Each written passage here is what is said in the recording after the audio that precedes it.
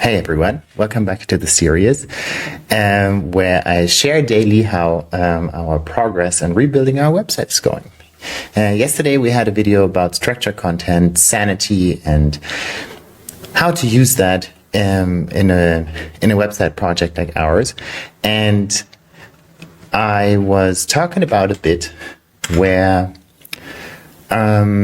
we have these areas of expertise at Dinghy. So our trade is design, implementation, interaction, user experience, content strategy. From today on.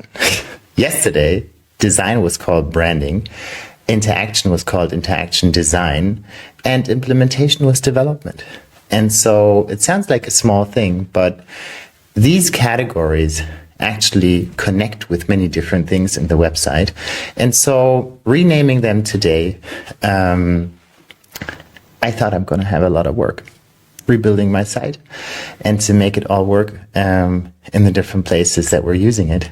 And I just wanted to show you real quick that we already have 2 places on one page where we're using this information. So the name here and this label over here, same here is here, all of that, is information from 2 different collections of reusable content, and the same applies down here. So we're showcasing our team over here, and we're not using the names, but we're using the labels of our areas of expertise again. And so when we look into the About page over here, so on the stage, these right here are is what gives the information for these 4 little bubbles of content over here. So, and if we look at that, the only thing you can select in here, like you don't type anything, right? Like you just select a person. So you can just clear this for now. If we open this, here's all the people we have. It could also just be another person. So I'm just going to chuck in Daniel for this demo right here. And I'm going to leave interaction. So if we go over here, reload, and we can see I'm Dan now. And the fun thing that I want to tell you is, since we keep people in this one collection, and all of the information that we have about our teammates is just tucked away in this collection.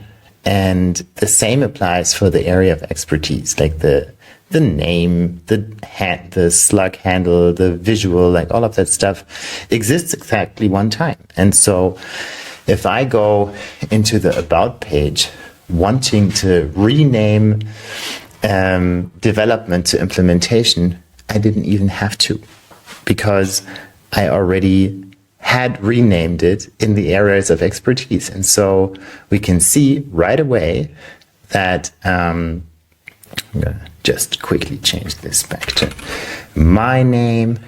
We can see right away that all of the information is updated on the page right here, implementation as well, without me having to do anything.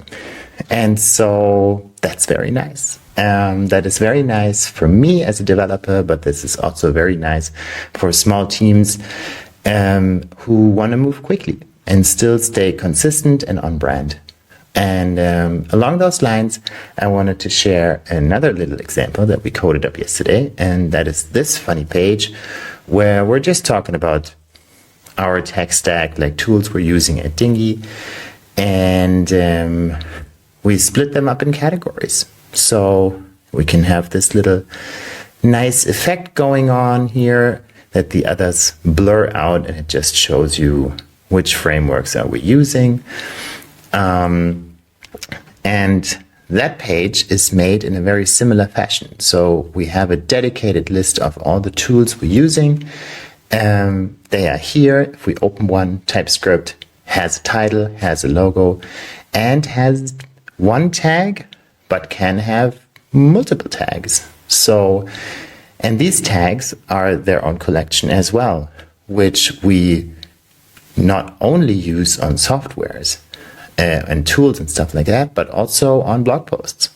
So blog posts have tags here.